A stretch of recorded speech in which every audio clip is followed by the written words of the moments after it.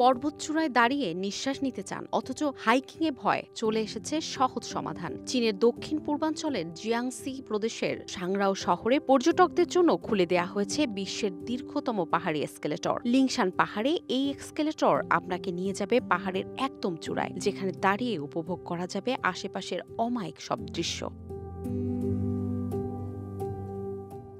1236 metre দৈর্ঘ্যের এই এক্সকেলেটরকে বলা হয়েছে ক্লাউড ল্যাডার বা মেঘের সিঁড়ি। যেখানে পৌঁছাতে আগে 2 ঘন্টার কঠিন হাইকিং এর দরকার হতো, সেখানে মাত্র 10 মিনিটেই পৌঁছানো যায় পাহাড় চূড়ায়।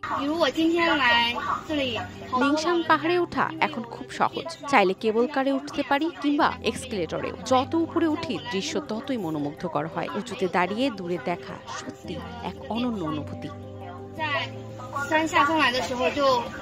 পুরো সিস্টেমে 5 সেটে মোট 50টি এক্সকেলেটর বা চলন্ত সিঁড়ি রয়েছে। অভ্যন্তরীণ কাঠামো ও সৌন্দর্য একসঙ্গে মিলিয়ে তৈরি এই প্রকৌশল বিষয় এখন শুধু চীনের নয়, গোটা বিশ্বের পর্যটকদের এক অন্যতম আকর্ষণ।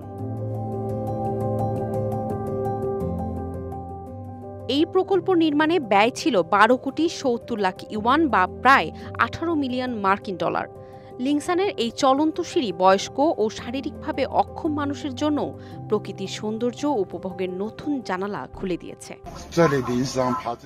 আজ এখানে অনেক প্রবীণ দর্শনার্থীকে দেখেছি।